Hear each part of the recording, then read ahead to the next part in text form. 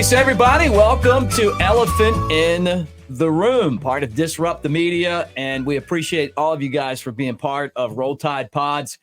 Roll Tide Pods on YouTube, and when you go to Roll Tide Pods, we're not the only ones that have a show on there, so make sure that you check out the other content as well. But when you swing by and see us, like and subscribe, comment, share. We need the shares. If we're gonna keep this thing going, we need you guys to help us do it, and that's by sharing with everyone else. But great to see you, Jake. I'm Mick Gillispie, reminding you guys, by the way, that this show is brought to you by MyBookie, mybookie.ag.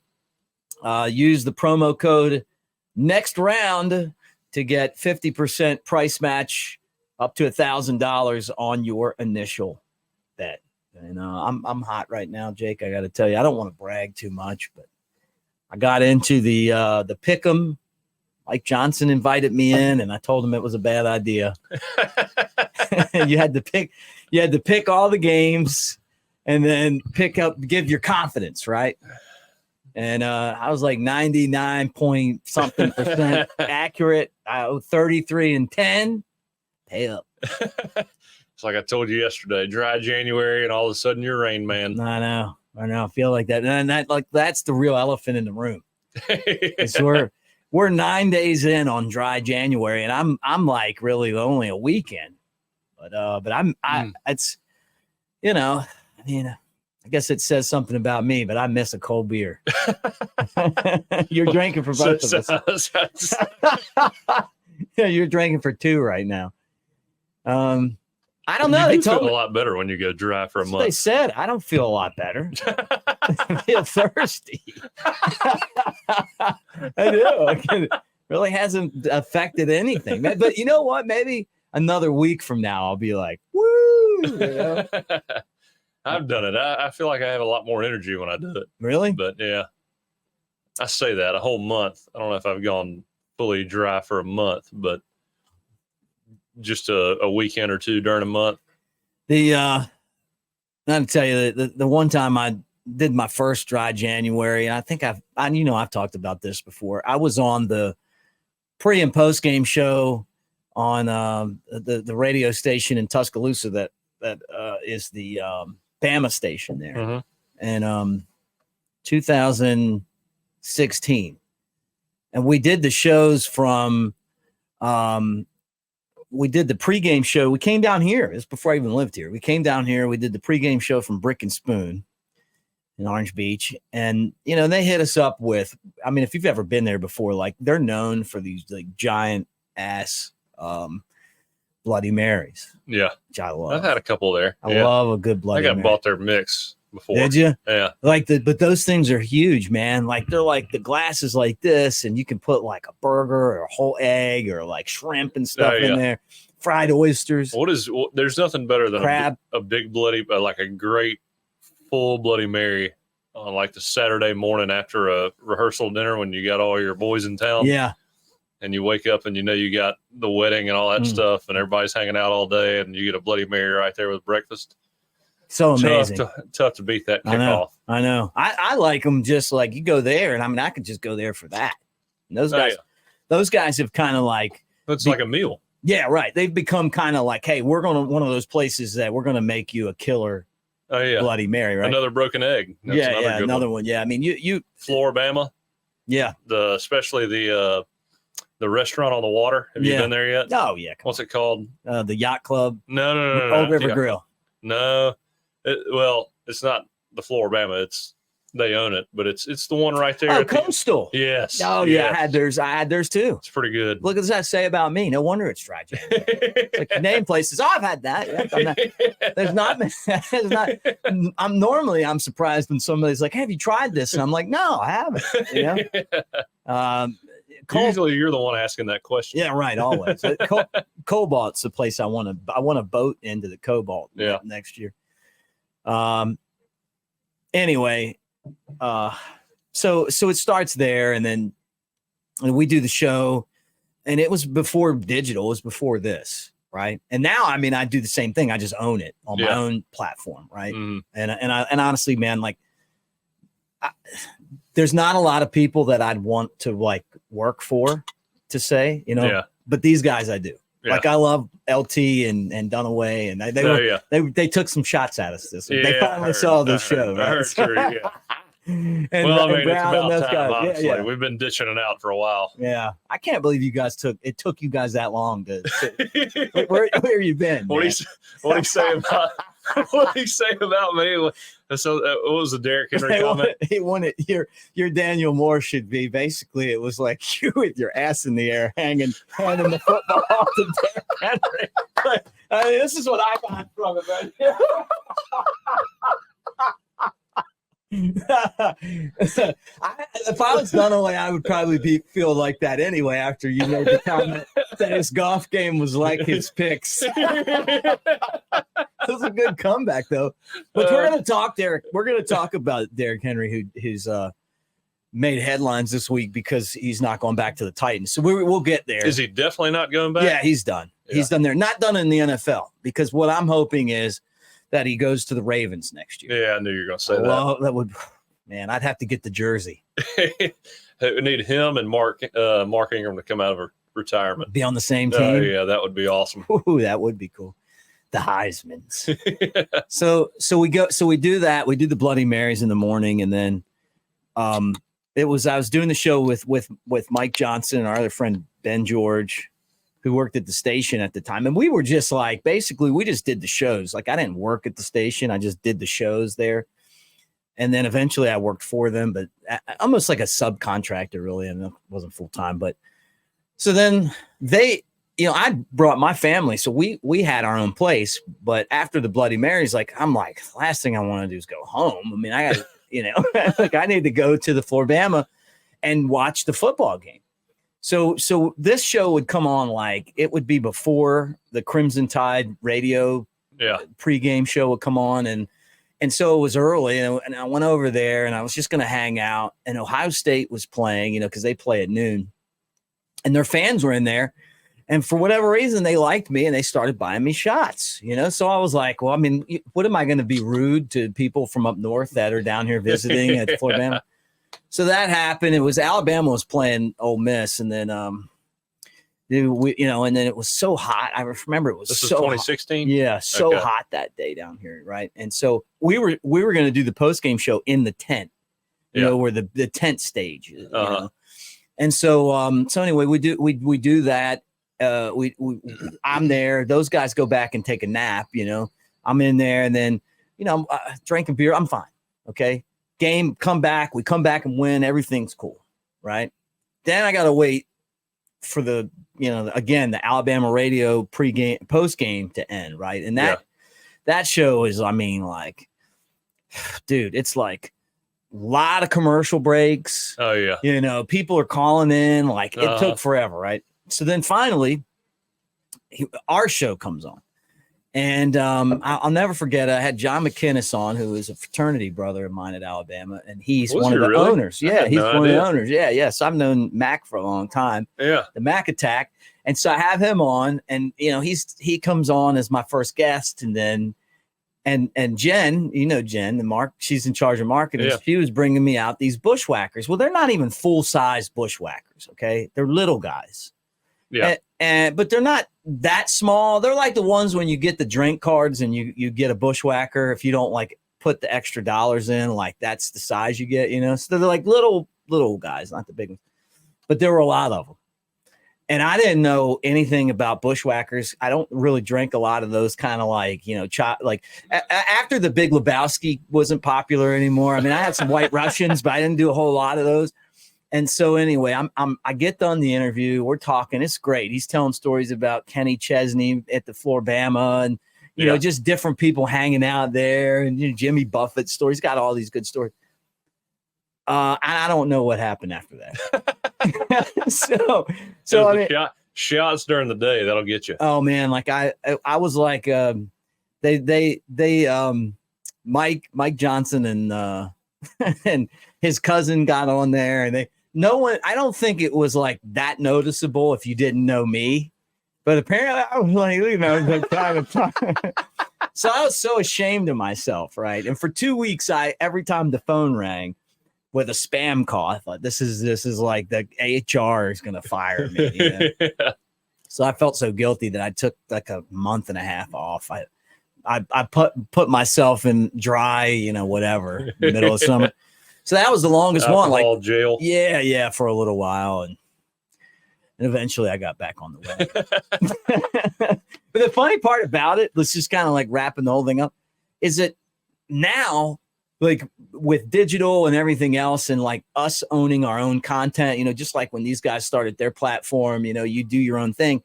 It's like, it's actually pretty damn entertaining. Well, now it's so funny. Well, now you see what's like Pat McAfee on ESPN. I mean, nothing's off limits. No, man. Like, I love that, So it was, people. Sounds like he's staying now too. He's got his problems. Obviously, I don't know if you've seen all that. Yeah. Let's talk about it. I mean, he had Aaron Rodgers on. Aaron Rodgers made a joke about Jimmy Kimmel, who has constantly, like, Jimmy Kimmel's like a really big left-wing progressive type guy, right? Mm-hmm. And he's a comedian. And I mean, like, not to say I ever watch a show. I used to watch The Man Show with him and Adam Carolla back in the day, right? And Carolla's kind of like on the other end of the political spectrum. And then Aaron Rodgers, who's kind of like definitely, right wing. I wouldn't say he's like Republican. I think he's more like what would you call libertarian? Yeah, I would imagine he probably voted against Trump the first, or 8 years ago. Okay, yeah, he would have had the way he used to speak and carry himself. I mean, that's a lot of judgment, I guess, but kind of your gut feeling. Though. That's my gut feeling. Yes, but the whole COVID thing, I think he's like, man, I don't want to be involved in this group. Right. When he saw his kind of his rights, kind of taken or whatever. But anyway, he made this joke about Kimmel being Epstein Island. And then all of a sudden, like there's a war going on. And I saw like where I guess McAfee felt like ESPN executives were trying to like sabotage him. He's got one of the most popular shows out there. Oh yeah. And what you want is, well, how many shows are that transparent with athletes and make you feel that comfortable to open up and speak in a way that you're not going to hear from a Max Kellerman or Stephen A. Smith. I would imagine people speak pretty openly with him off camera and maybe a little bit subdued on air. But I mean, there's not many guys out there that get that kind of honesty out of interviews. Well, that's what you want though.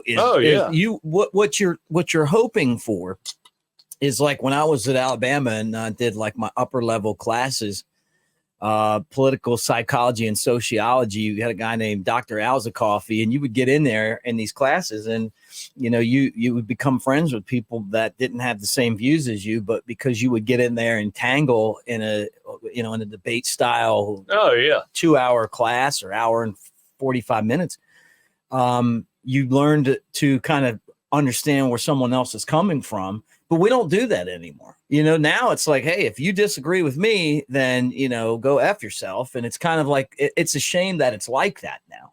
Oh, yeah. I mean, that's how I feel anyway. Like, no, I agree. Heck, it's like, one of the best things that ever happened to me was playing college football. I mean, when you're in high school, I think around the country, you're kind of in the same group, people that have had the same childhood as you, same upbringing for the most part. Yeah. There's a few different ones, but you're pretty much from the same demographic.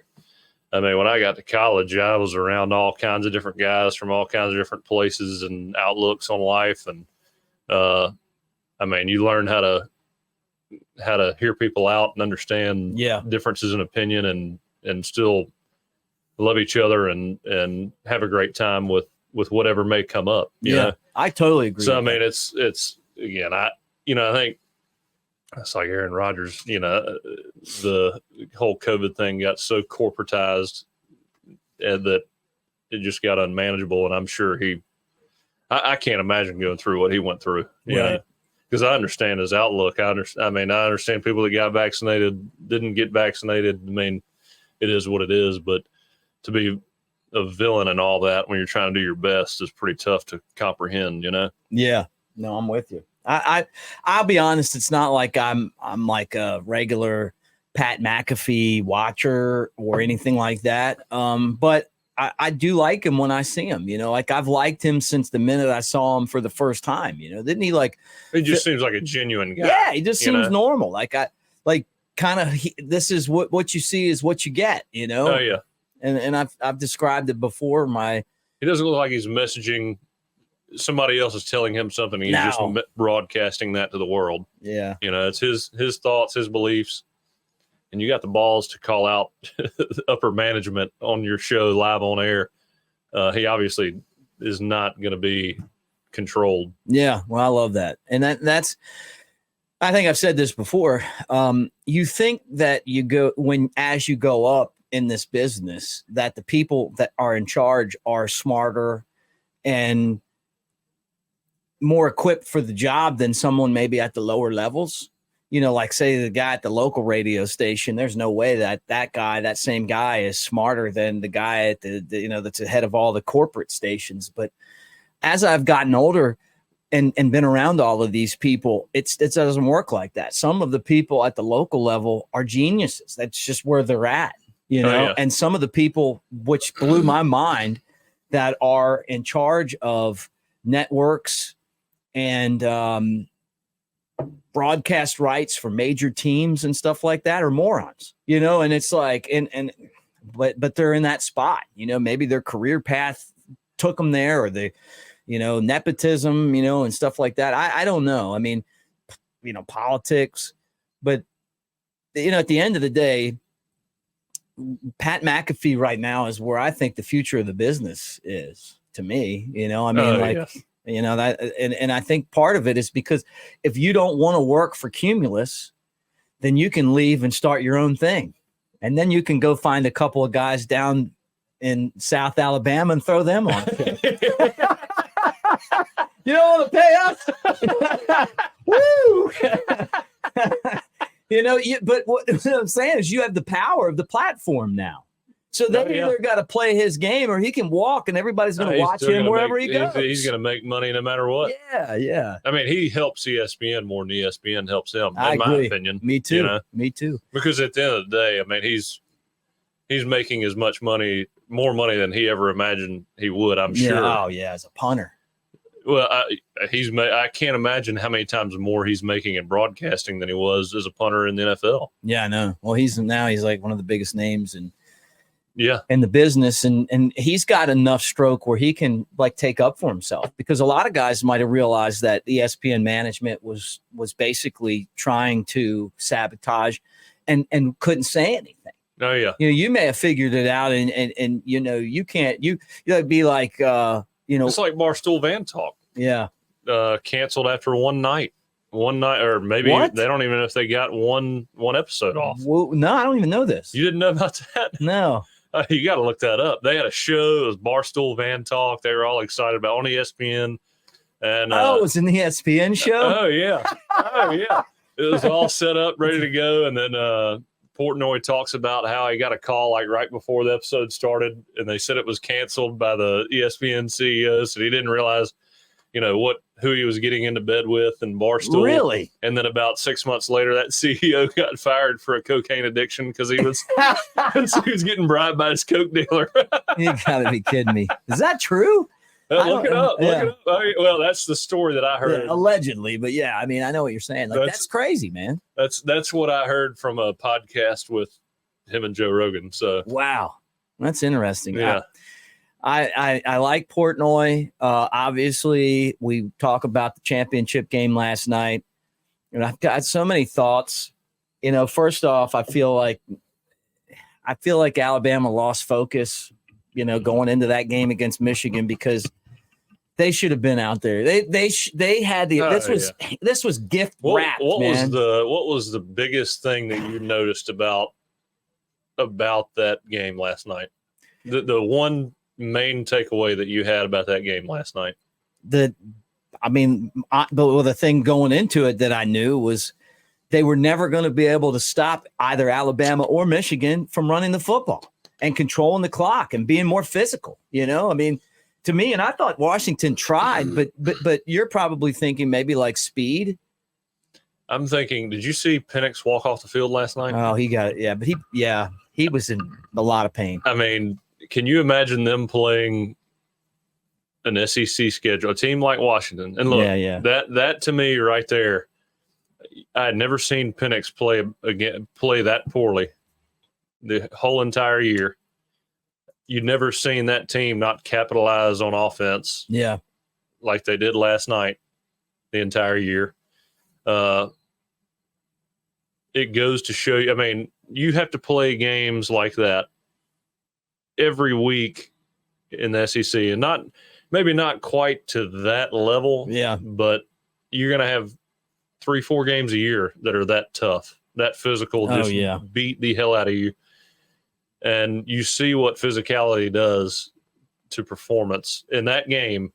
I mean, it was on full display. You get beat up like that, and you do not play as well as you would if you have all day to throw, or if you're just not getting hit, drilled every play. Did you ever? They had the camera of him walking off. Did you ever feel like that walking off the field? Like the guy's holding his ribs and his hands like stuck inside of his like. Felt like that after the Ole Miss game. Felt like that after the Arkansas game. After the SEC championship. And not so much Auburn. What about the LSU, national championship? LSU, I separated my shoulder against LSU. National championship, I felt like, I don't know, I was pretty sore, but I was so busy looking forward to that celebration afterwards that I wasn't really worried about the pain. It wasn't dry January for you. I got you. Yeah, no, I'm telling you, man, I just the entire game, I don't know. I guess part of this is it's not that I'm taking anything away from Michigan because they beat Alabama.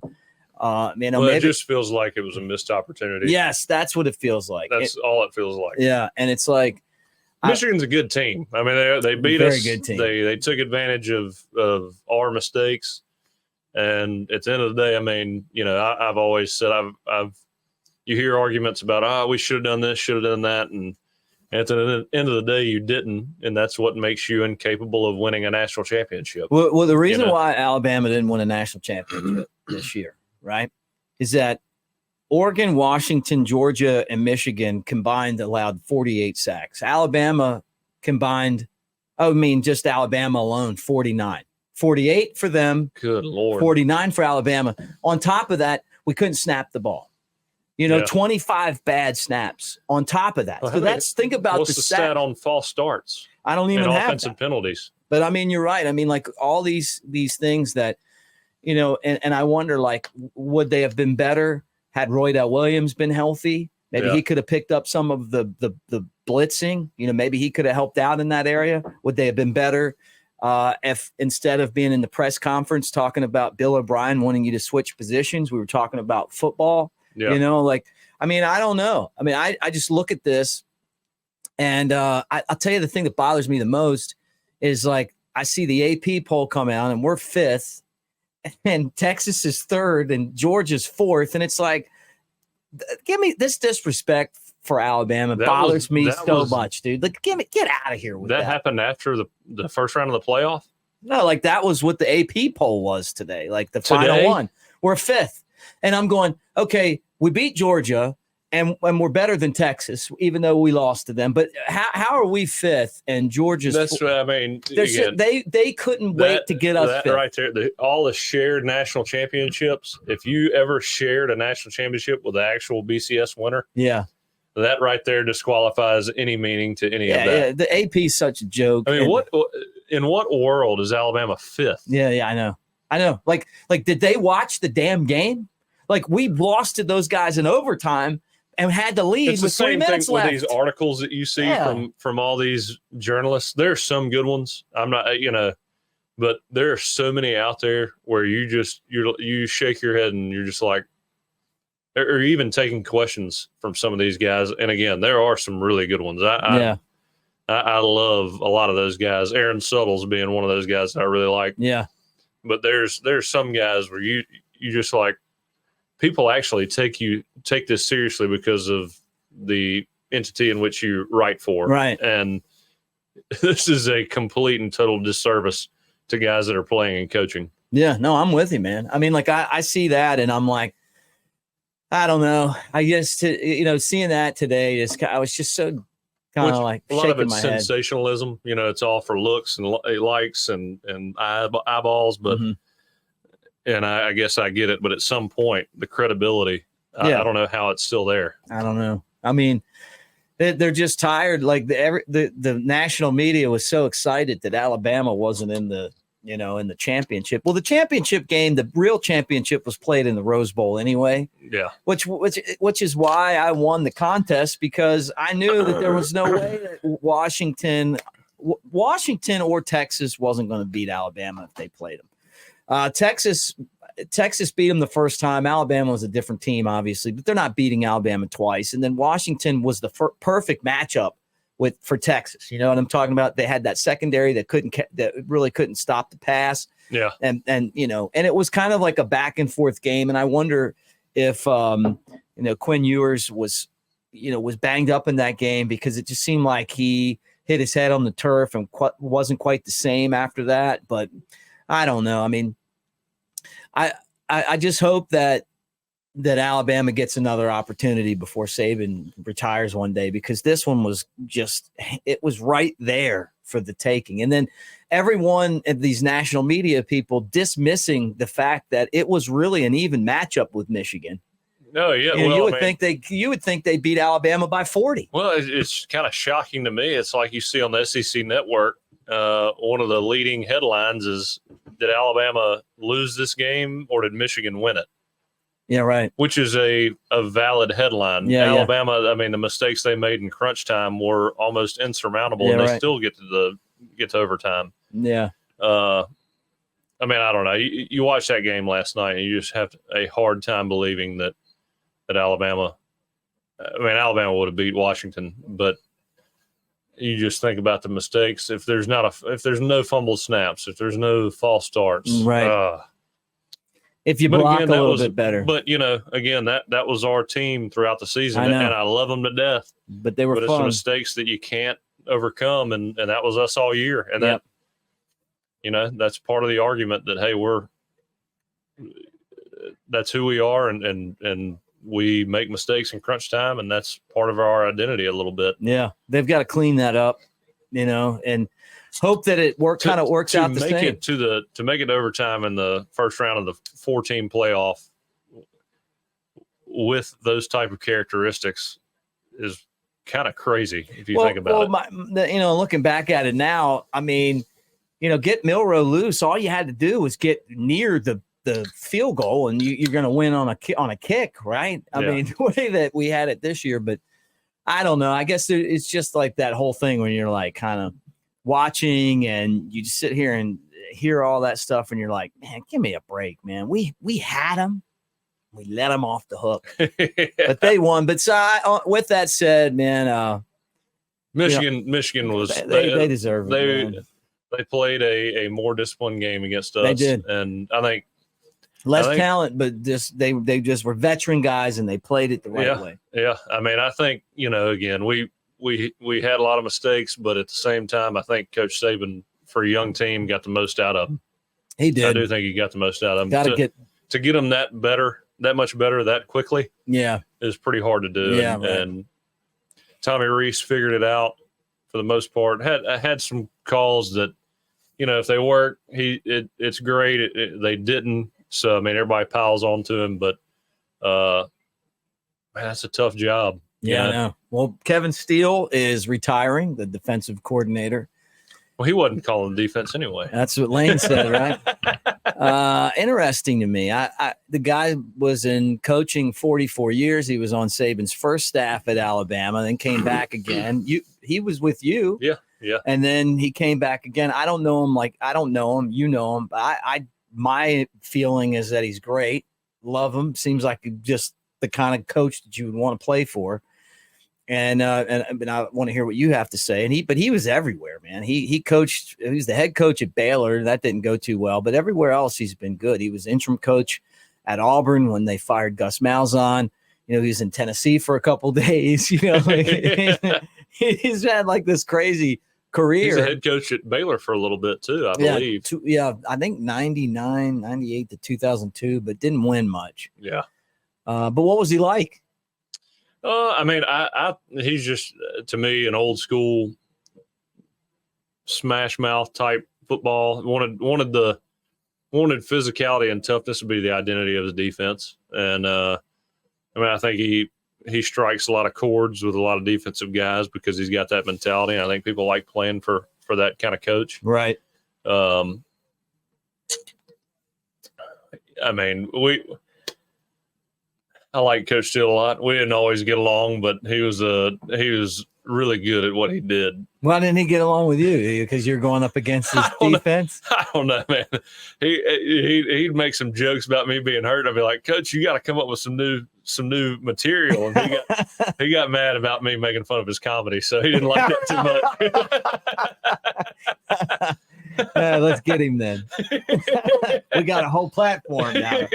That's funny. No, I think he's a great guy. I think he's a great coach. I wish he would stay at Alabama as long as he could. And well, I think he probably will, right? I mean, he's not going to be the defensive coordinator, but I got a feeling analyst, they'll do something. Yeah.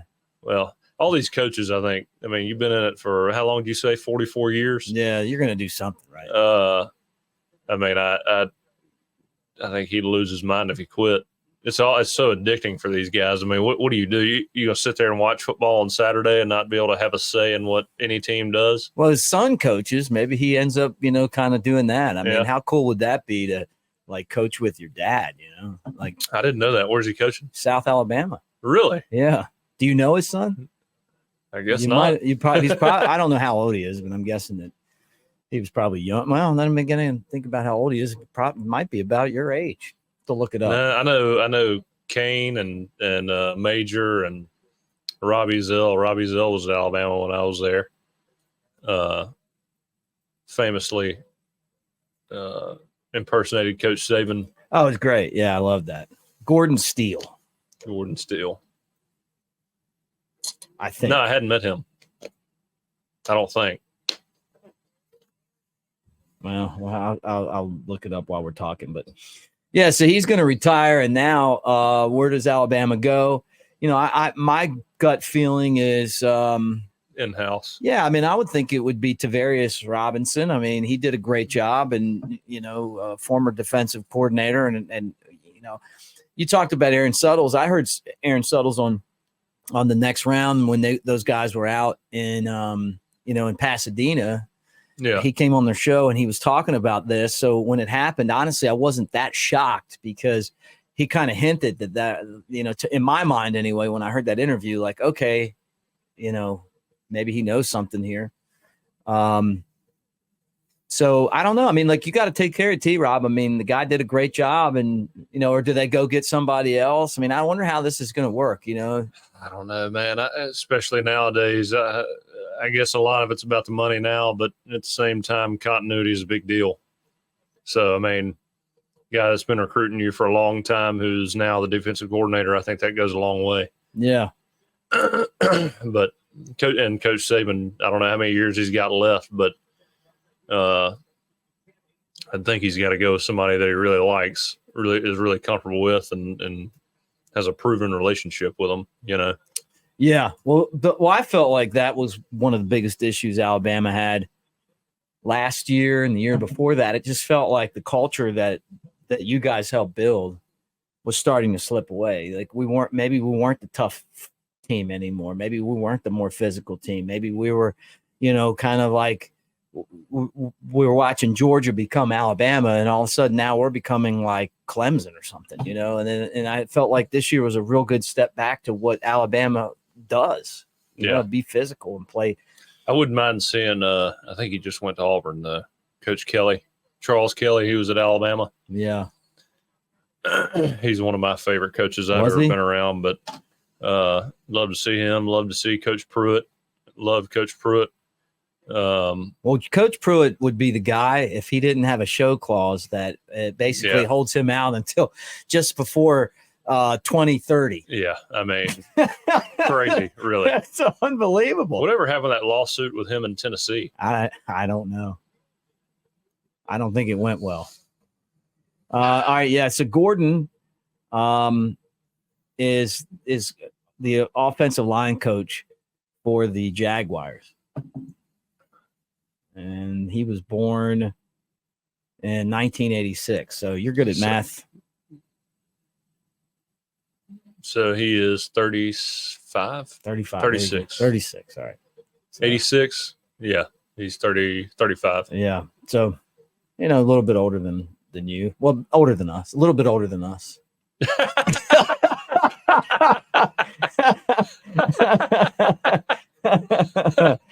Yeah. Well, good luck to him. Maybe Dad swings down there. How about all the guys? Well, first off, let's talk about the transfer portal. Quinshawn Ohio Judkins. State. Yeah, right? how about that? Did you see that? The hell? I was like, what? That's when you know they're just writing checks over there. Yeah, right. Like, Well, that's how's a guy from Alabama goes to Ole Miss and now he's going to Ohio State? Yeah. Like, hey, I mean, unless that was a dream of his, I don't know. But I don't know. I would think when you're that good and you can pick wherever you want to go and you're from Alabama, you'd want to go play for your hometown state finally and just walk off into the NFL sunset. Yeah, right. I don't know. You wonder what went on behind the scenes, but he'll be back there. Ryan Day's with the collective. He's been trying to figure that out ever since he found out he was leaving. He's fast. He can run back and help pick up those snaps from Steph McLaughlin. I'm just kidding. I really do wish Seth the best up there. Hopefully, Just after Ryan Day got done chewing out Lou Holtz, he started jumping on Quinshawn Judkins. Yeah. I'm looking for Jim Harbaugh to be in the NFL in the next week.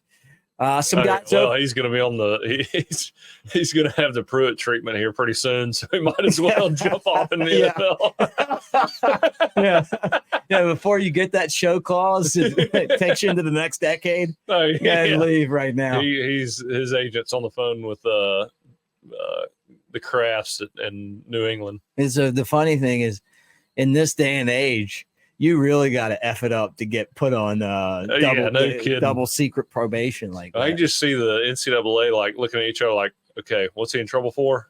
Yeah. Like, what is not against the rules anymore? Right. Yeah. Well, apparently, like we'll make something up. Having a guy that like goes in advanced scouts.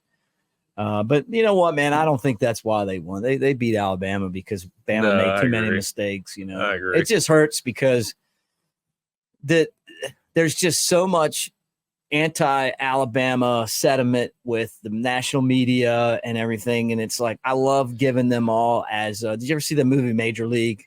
Oh, yeah. And they're all in there. And the guy's like, let's give them all a big shit burger to eat. I love it every time Nick Saban gets on that grill and flips those patties of shit and hands it to him.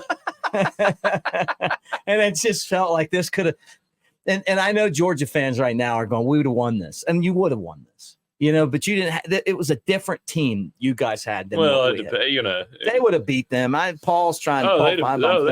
They'd have beat Michigan. Come on, they'd have beat them. No doubt. I don't know if they beat us in the first round if we had not played before. We're their kryptonite. The Alabama Georgia game was. I mean, to me, those are the two most talented, capable teams. Yeah, Michigan was probably the best team. Michigan and well, I say that it's hard to say. Michigan, in terms of the best cohesive unit, Michigan, I mean, they won the national championship. They deserve it, and they're up there. And Alabama and Georgia are right there. If Alabama and Michigan play 10 times, I don't know what the probably percentage 5, is. But right? 5 up, 5 down. I don't know. I think the timing too. If we'd have played them like right. A week or so after, we probably would have won. They got healthy, and that just all worked out for them. The part of it too is that they were too good to keep on having those failures in the playoff. Eventually, the ball was gonna bounce their way, but it just sucks. And we don't have to worry about it. Next year we'll have a 12-team playoff, and you'll be able to get. We'll be in no matter what now. Yeah, you think so, right? I mean, even with an incredibly difficult schedule. But Bama guys going to the NFL, I was a little worried. I thought there's no way that Jace McClellan is going to transfer to Ole Miss, although they thought that there was a chance. Well, he declared for the NFL draft. So you got him, Dallas Turner, J.C. Latham, Kool-Aid McKinstry, that have all declared, Terrion Arnold. Yeah. But that's typical at Alabama. Your best players always do that if they can. Yeah. I mean, I hate to see Terrion go. I hate to see all those guys go, but, it's part of it. And Jace McClellan, I'd like to see him stick around for another year. But again, there's every year at Alabama, you're going to have new running backs pop up that are all world. That's one position you really don't have to worry about in terms of having talent. Yeah, right. Well, then you do. I mean, you got Justice Haynes, you got Jam Miller. There's other guys in there that can run the ball. They got some freshmen that are like, most of the class is early enrolled now. The guys that just, the early class, they're already at Alabama, which is crazy to think that, like, you just kind of forget about your last couple semesters of high school and you just busted into college. But it's smart. Those guys will be ready. So I'm not worried about running the ball. I'm just glad he didn't go to Ole Miss. I was surprised that Roydell Williams transferred. Of all the transfers, he was kind of the one to me that I was like, I know a lot of people felt like that might be Earl Little Jr. But, that transfer portal, I mean, it's but a lot of guys jump in it, Well, it's free agency and you go to the highest bidder. That's all it is. And kids, I don't think understand the long-term effects of jumping in there, especially when they jump in there when they've had a pretty good year and they've got a lot of upside staying where they are. But again, that's the new era we live in, and you're talking about kids that some of them, most of them, I mean, really all of them have never seen that kind of money before. Don't really know what to do with it. I would think. And when you got that opportunity just thrown right there in your face, some school offering you $200,000 more than you're making where you currently are, man, that's hard to say no to, especially when you could tear your knee up and next year break your leg. Yeah, right. No, I'm with you. Have the Marcus Lattimore. Yeah. No, I mean, injury. I'm thinking Tyrone Prothro. I mean, that one still to me is one that I hated for him, what man. he'd have done in NIL at Alabama. Yeah, I mean, that the kind of. He was one of the most intriguing growing up. One of the most intriguing players that I can ever remember. Just changed the whole dynamic of a game just with his appearance on the field. The entire structure of college athletics always puzzled me, and I'm going to tell you why. Here's Tyrone Prothro playing football where you pay $1,000, maybe $1,500 just to have the right to buy the season tickets, right? They cost you $1,500 or whatever, it is, right? So $3,000, and then concessions, and then advertising, and I mean, you're talking about. I want to say maybe it was football, $1 billion business. I mean, maybe you don't, you're not. When you cover your expenses, maybe gross is different than net, obviously, but you're talking about $1 billion, right? And he's getting a free scholarship to play that, right? And eventually he could go to the NFL. And then I look at like women's basketball, and like they post their press conferences online, and like five, I don't know, if 25 people watch, right? I mean, and I know I used to do the games. I'm not, it's just we fly all over the country in these charter flights and eat at great restaurants. And I mean, but it just didn't make any sense because there was no interest in it at all. But they don't even care who coaches. I mean, like they just don't want to have any issues. You know what I mean? Like it's just like something that goes out there, and they do it. My point is this: is that it's the same thing with, and I love baseball, but no one goes to those games. Like it's a loser when it comes to the financial aspect of it, right? But we want to have a team. Yeah. Not all of the Olympic sports are like that. Softball, I think, like people love going to the games and watching them. Football makes a lot of money. But you understand what I'm saying? Makes a little, and then basketball might break even, right? Maybe. I think basketball is in the black just a little bit. Okay, right. But the rest of them aren't. Maybe softball. I don't know. But my point isn't that I'm not taking a shot at Olympic sports. I love all the sports. Yeah. But my point is, like, just as a guy that studied economics at Alabama, economically it made no sense. It's not that I'm saying, hey, like I want to cancel. I don't want to cancel anything. But what I'm saying is, here's a guy that literally was worth millions. You know what I'm saying? If you're paying a player on that particular team to go out there and you're making his value is millions. Yeah. He was the best player on those teams. Yeah. He was the guy you remember. It wasn't like when Saban was there. It was like Freddie. It was like Tyrone Prothro, and then I don't know, like 5 or 6 other guys. Brody Kroll. Yeah, right. I mean, but Prothro, Brody Kroll, and then the defense. It was like Roman Harper and Charlie Peppera and D'Amico, Freddie Roach, D'Amico Ryans. Yeah. And that was like when that 1 year, what was that, 2005 or 6 or whatever, when they got to the Cotton Bowl. But there were years where Alabama might have a couple guys drafted. It wasn't like a couple guys in the first round. And this is the guy. He was the only offensive guy outside of Brody Kroll, I think. And then there was some of the Britt brothers. Yeah. And this isn't a shot at there's other guys that were good too, but you're talking about he was the premier player. Yeah. And before NIL, basically, hey man, sorry your leg got broke. Good luck to you. Yeah. And that bothers me because just as the economic aspect of it, while a team that's flying around the country and in chartering and eating at great restaurants and no one cares. No one's watching. No, if you quit playing women's basketball at Alabama, you'd get many complaints. But if you took Tyrone Prothro off of that football team, if he just said, hey, I'm not playing anymore, people would have it would have been on ESPN. Yes, it would have been on. That's my point. The local radio. Yeah, and the news. Guy, he should have been compensated, or maybe he should still be compensated for an injury that is something that is going to affect him for the rest of his life. Man, like he would have been a millionaire. Can you imagine? Yeah, how much money he lost out on.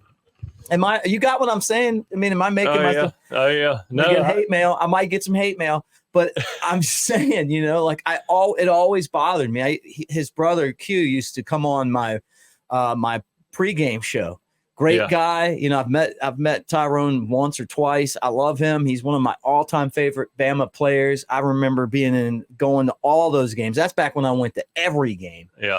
And I just like the economics of the way that this thing's set up right now. And it's changed because now all of a sudden you got to pay the people that are out there making the money. Yeah. Well, you know what I'm saying? Like my thought is well, first of all, if you're going to invest and put forth a commitment to a team, then all your players should be taken care of. You got to figure out a way to look out for the health of each player. Now, at the same time, Tyrone Prothro is a completely different animal. Yeah, you right. know, I mean, again, that guy, for what he did, there's got to be some loyalty there. You know what I mean? And so when I go to Tuscaloosa, I mean, Coach Saban has that in mind. Guys can come back and do whatever they want in Tuscaloosa in terms of rehab, physical fitness, right. Whatever it is. You come get to to go there Alabama and eat and stuff. and they roll the freaking carpet out for you, and you can do. I mean, if I need something, I can call whoever and get whatever done. I mean, now I don't. It's not like I'm calling every day or asking for. But you because can. that's not me. But I will do it every now and then. And there is, I mean, and that's the culture he's built. Yeah. And I don't know if not for a figure with that kind of,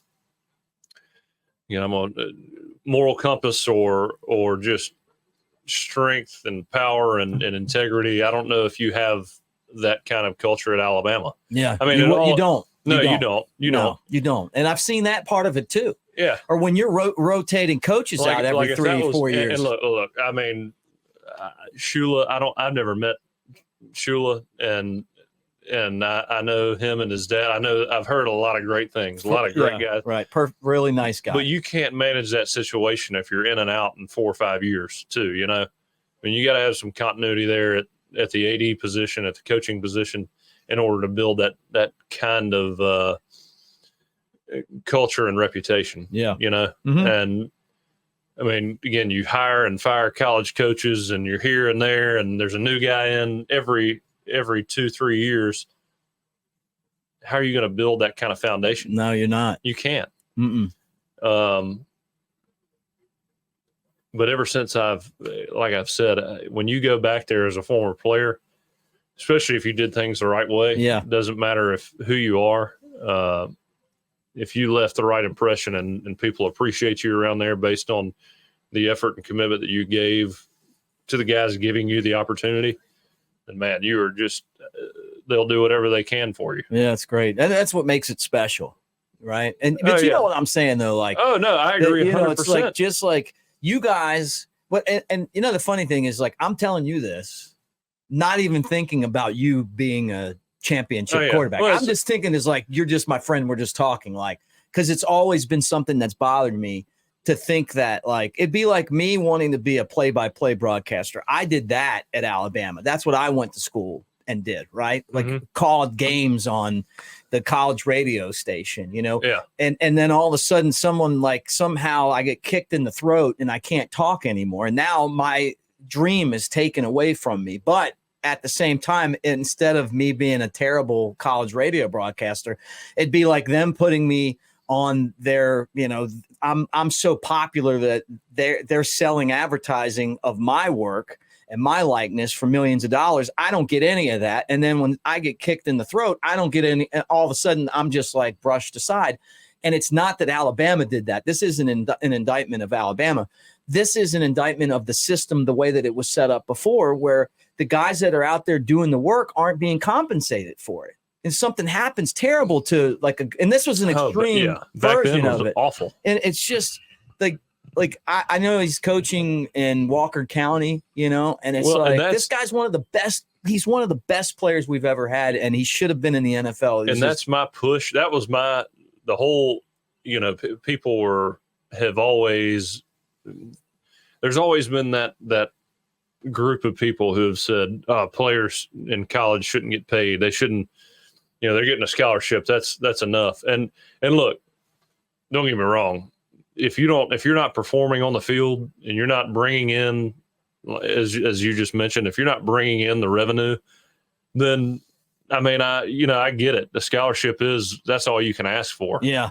But when you're busting your ass and you're actually a focal point of a team and an organization, and you don't get to dip into any kind of revenues whatsoever. Yeah. I mean, like Johnny Manziel, that guy is the face of A&M and probably always will be. Yeah.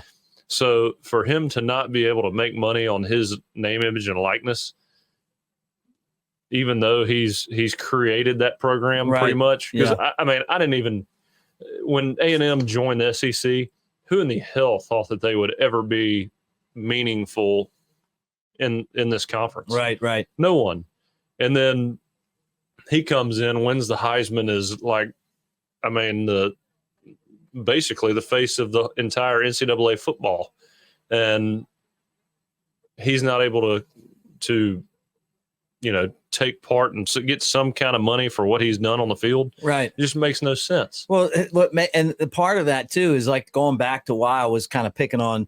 And if you do get hurt, say he gets hurt his senior year and he's given everything he's got for A&M, not made a dime, done it the right way, which he didn't, but it is what it is. He'd have had no money to show for it.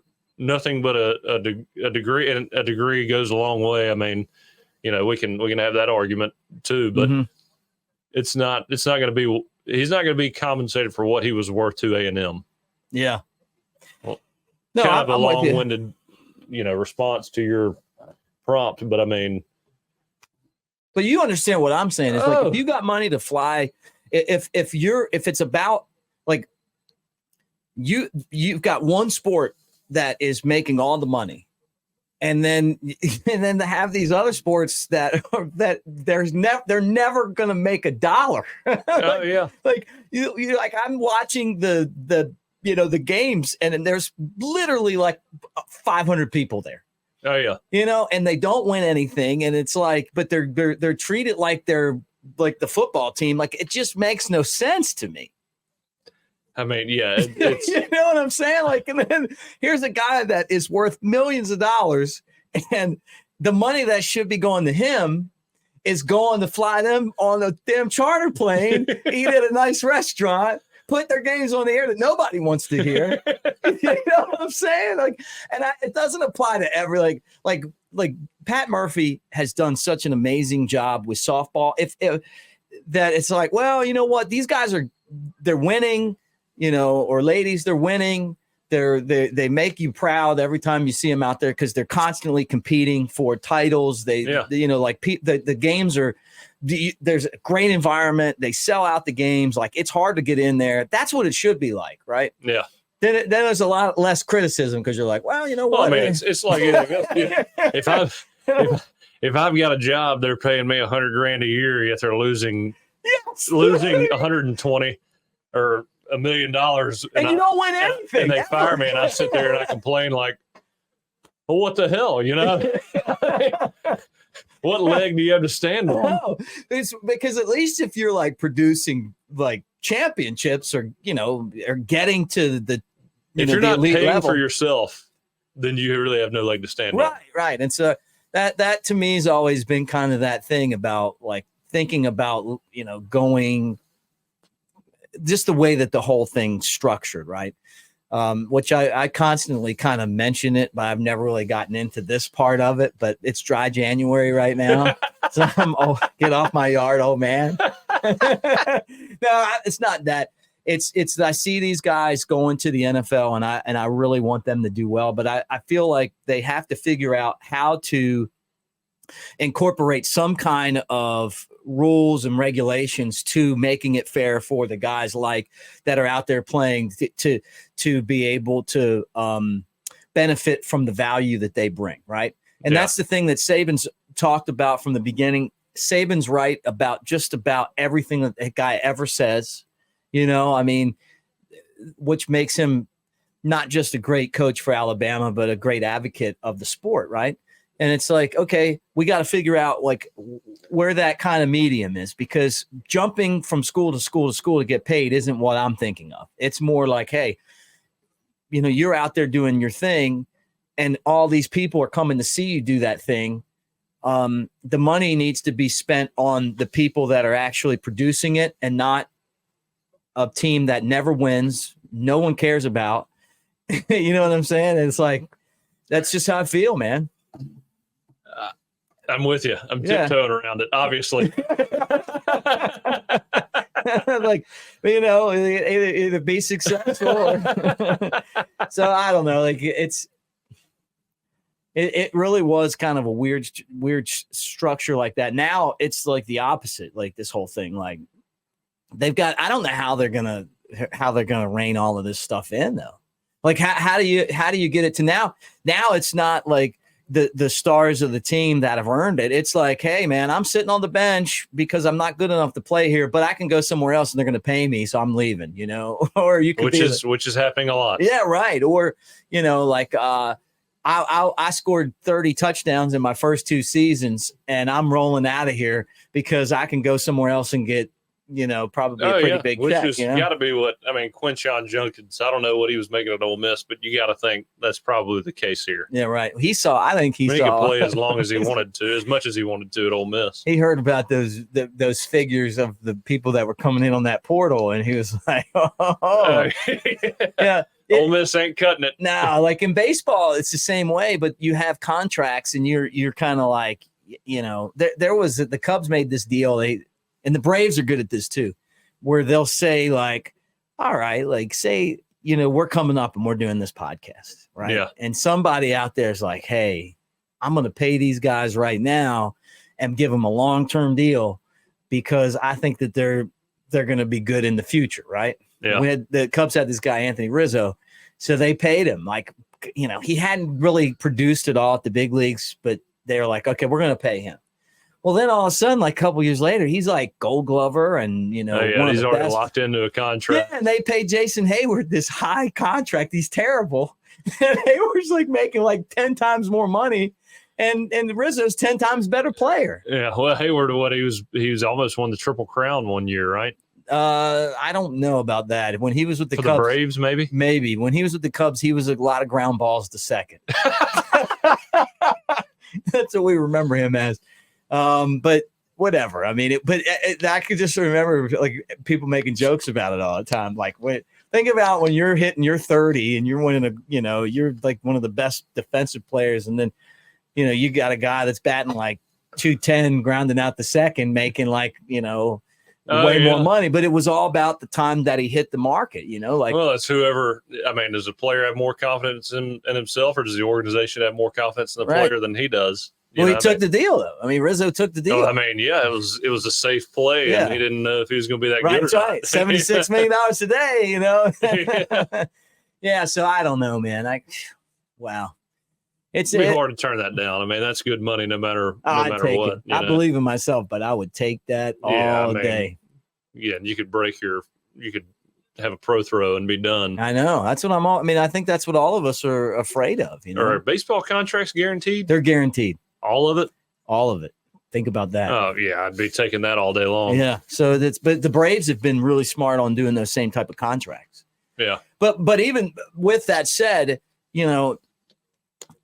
it makes it at least makes it where it's not like this, where you're kind of like, you're seeing like guys just decide that they're going to go and, you could play for 4 teams in 4 years. If you wanted to, and maybe cash in on that. I don't know. But eventually, maybe if you're that good, you'd go to the NFL. So of the guys that are leaving, who do you think has the biggest impact? On the team after they leave? Terry and Arnold. Really? Yeah. Him and Dallas Turner. I mean, Arnold was a big-time leader on that defense. I think a pretty vocal leader, a guy that held that locker room together.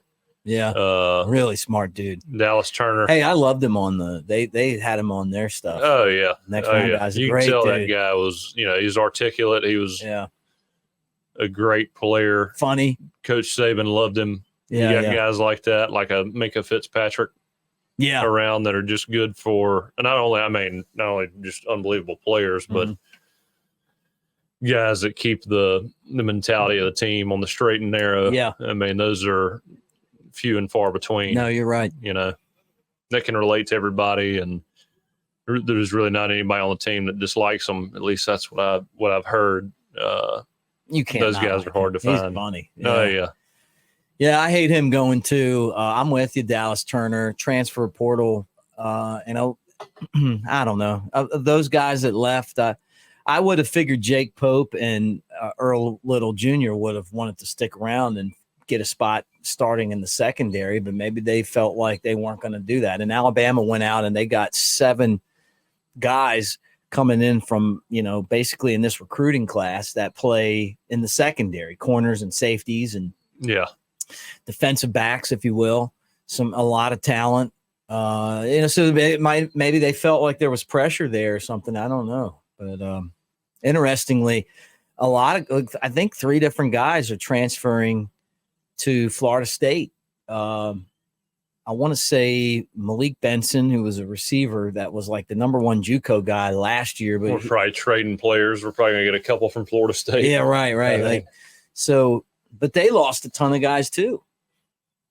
They lost a bunch before the bowl game. Yeah, right. I mean, so that's just crazy. I don't know. Like, it's such a different world right now. And you look at the list and you don't feel like, I mean, you lose a lot of depth, but it doesn't feel like our version of Quinshon Judkins is transferring. You imagine like Florida, Ole Miss, that one had to hurt. Their most notable player. Yeah. I mean, that's like, if Dallas Turner decided to go somewhere else this year, yeah, instead of going to the draft, he went and just up and transferred to Notre Dame or something, Yeah, take one more. They look delicious. But you rarely see that. I guess Alabama, you're already on the biggest stage pretty much in college football, so right. There's really no other reason to go anywhere else. No. I don't know if we've got the NIL backing that some of these, like the A&Ms and the Texases and Ohio States have, but in terms of exposure and just quality of play, quality of practice, quality of care from strength and conditioning and training staff, I don't think I don't know how it could be any better anywhere else. I wonder, and kind of getting back to one of the points I was making, I wonder if there comes a point where you say as colleges, now that you pretty much have to figure out a way to compensate the players, but when you have 100,000 seats and you sell out every single game like Alabama, I mean, it's not like there's not resources there to do that, right? But do they start looking at some of the other sports and going, man, we're spending, this much money on this. No one cares about it. And it's like, let's be honest. I mean, I want to talk about basketball. We'll talk about basketball. You played, you love it, but it's like for Alabama and, it's like football here and then men's basketball interest is here. I know that from working on Bama Insider for years. Like I would start talking basketball and people in the message board would be like, what are you doing? And I'm like, well, it's the tournaments next week, I think you have to, and I'm not sure of all the rules of Title IX and all that, but I think you have to have the same amount of female scholarships as male scholarships. So I think you'd have to start cutting male sports as well as female sports in order to make that work. Is that something though? And maybe that works. I don't know. Or maybe you go back and you say, hey, you know what? Like when they made that deal, it was amateur athletics. It's really not that anymore. Yeah. And it's like a different. It's a total different. Everything's a shit show. Nobody even knows. Yeah. Nobody even knows. That's what I'm saying. I mean, the lawyers have to do like 3 to 4 years of studying all this stuff just to figure out what's real and what's not. Well, and then a judge in California will overturn it, and then it'll go to the Supreme Court, which is what changed all of this stuff. Yeah. So I don't know, man. It's not it. The answer is, I don't even know what the answer is. Like I've heard people say Jim Harbaugh's like saying we need to do revenue sharing, and all that kind of stuff. I don't know. Yeah. I don't know what it is. I just know that just as an economics guy, when I was like, in working over there and I'm like flying around on these charters and stuff, I'm like, I don't know how this is happening, but see, I love that the school, all they should be responsible for to me is paying the scholarship. Let the kid get an agent. Let him do whatever he wants to do business wise. Mm-hmm. You've provided enough in a scholarship, and then your stipends and reimbursements. Just let them do whatever they want off the field monetarily, and that way you can avoid all the red tape, and there's set rules for what you provide, and the kids and their family can figure out what they're going to do on the back end financially and business wise, and that way, the school's not all involved. Now, again, the school is going to want to be involved just for recruiting purposes and figuring out how much they can pay certain guys.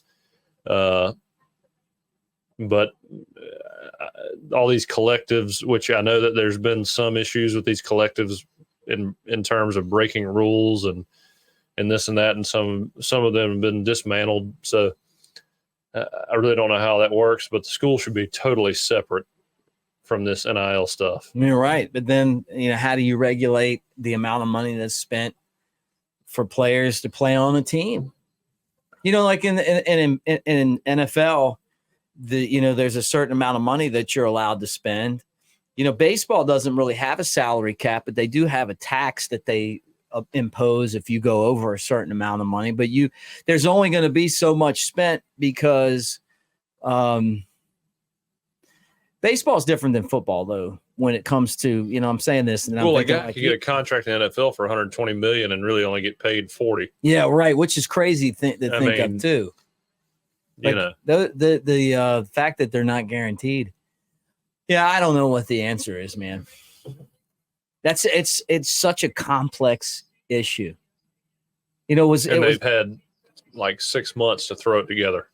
Yeah, right. And I never hear any of the answers when I go, oh yeah, that's a good one. Like I just and the NCAA was a bunch of freaking, morons. Nightmares anyway. They don't. Yeah. I mean, they just.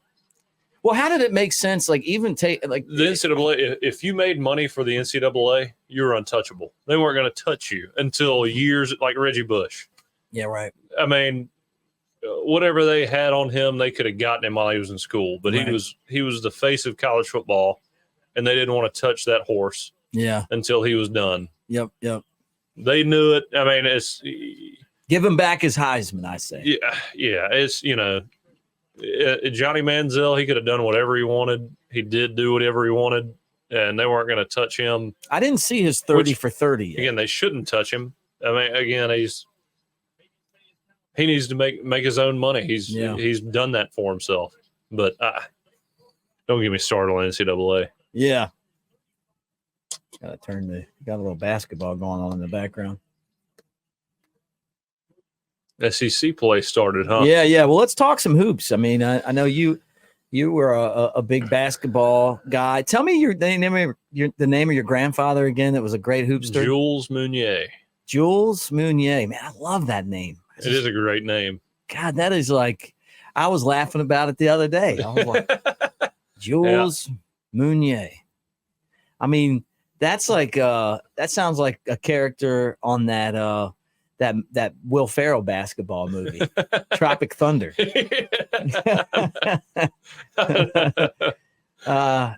Bama, did you watch the Bama Vandy or listen to it or follow it? I did. I was actually deer hunting, but my father-in-law told me it was not so close, and then we found a way to make it close at the end. Yeah, this is like Bama from 6 years ago. Yeah, that's exactly.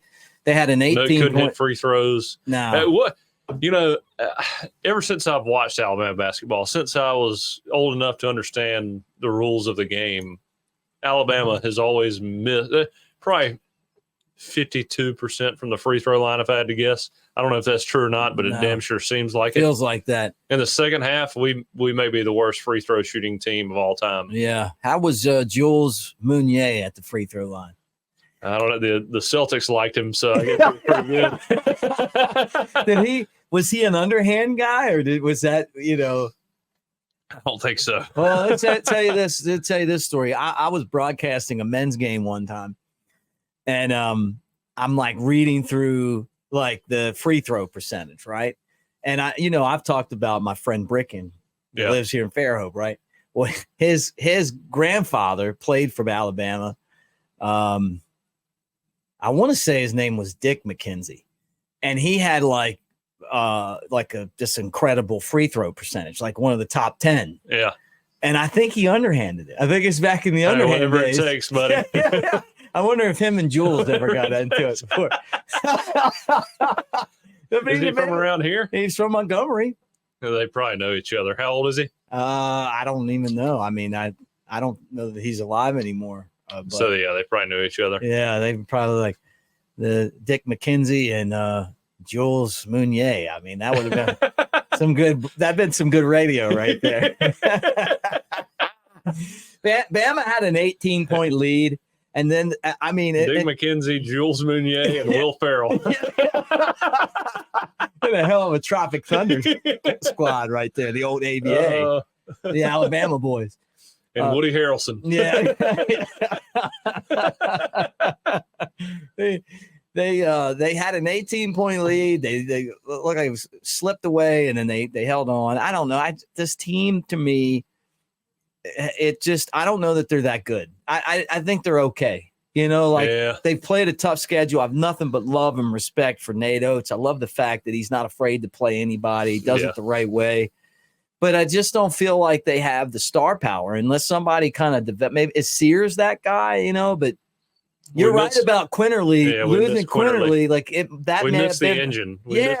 Right. I mean, we need some guy we need a mauler. We need some guy that just doesn't give a damn about nothing but the tide. Yeah. just we'll do whatever it takes to win. And I think, these guys, I know they want nothing but wins for Alabama. But, when you watch somebody and you get that feel, like even just watching the game, you feel the intensity. Yeah. He was one of the few guys that you see that brings that out in everybody. He may turn the ball over, but he was one hell of a player and just a guy that you love seeing play for Alabama. Yeah. Yeah. Emotion, intensity, everything, passion for the game. Well, hate to see guys like that leave. Yeah, right. Yeah. Well, I just hate to see guys leave that could help us win. Yeah. Well, that too. When you're in your 18th year of college basketball, you figure that you've got some experience. That guy seemed like he was there a long time. The whole COVID thing is so confusing because it's even with all the guys that are going to the NFL or transferring out. It's like, I don't know, how in the hell could Jace McClellan go to Ole Miss? He's got another year of eligibility. He was a senior this year. Well, how many senior years do you get? Well, I get the COVID year. It was like crazy. Yeah. I think he's going to actually I think he'll be a good NFL player, get on the right team. No, yeah. He's a versatile guy. Yeah. Well, what I think's lucky for him is he's not going to be a first round pick. He'll be probably somewhere back in the draft with a little bit. Core team around but he'll him. Get a good team. Yeah, somebody good will take him. And in the NFL, that's such a big part of it, man. Just to have somebody they can say what they want to say about Bryce Young. Bryce Young has an offensive line that allows him to get sacked more than Alabama's offensive line allowed Milroe to get sacked. Well, I always wondered how he would do up there, and I think Bryce Young's the best quarterback to play at Alabama ever. But all the movement he did in the pocket, I always wondered if that would work at the next level. And again, he doesn't have the time to really do much of anything this year. But if he was on a good team, and have to maneuver the pocket, avoid one or two guys instead of the entire defensive front, how that would work. Definitely a learning curve for him, but I'm still interested to see what he would do with a team around him that could keep him protected and move in the pocket that way and be that creative, much like he was in college. Yeah, that's crazy. All right, man. Well, here we are, an hour and 18 minutes in. Another really fun pod. Obviously this isn't what we wanted. We wanted to be coming back from Houston. Yeah. Doing the first show. God, that would have been so much yesterday fun. In Houston. Yeah. And then it wouldn't be dry January, Yeah, you'd have to make an exception for that. I would have never, the season had to be over. Well, yeah, had you told me that you were going to continue dry January after a national championship win, I wouldn't have even come with. I'd have just gone by myself. I wouldn't have done that. I'm not that kind of guy. Hey, it was fun though. I love to get just kind of dicing it up, chopping it up, talking about all these issues and stuff, and we'll keep an eye on basketball. Maybe this team can kind of find a little bit of success. They've got some big games coming up. Hey, maybe they're like the Heat back when the big three came for the first time, you know, learning how to play with each other. Yeah, that could be it too. As long as the thing that they do really well is score points. Yeah. You know, so if they can get a little bit better on defense, then it's just like one game will shoot 50% from three, and then one game will shoot 18% from three. Right. Yeah, got to be more consistent. I guess that's going to happen when you shoot that much or you play that high tempo offense. But I mean, like to see some more. I'd rather us be at 34% every game. Yeah, that'd be awesome. Yeah, that would be. All right. Well, look, guys, don't forget that we're brought to you by MyBookie, mybookie.ag. 50% price match with the promo code next round up to $1,000. And if you need some help, I'm going to give you a little pro tip here. Check out Lance's Lock and lanceslock.com. He had a really good bowl season. And what was his final percentage on the year? I don't know. I don't have that in front of me right up now. There, though. Yeah, he's not bad. Making winners. Yeah. Well, I'm actually just riffing. Lance's Lock, lanceslock.com. For Jay Coker, I'm Mick Gillispie. Guys, get in the comment section. We want to know what you guys think. You know, chime in on some of the topics that we get into on the show.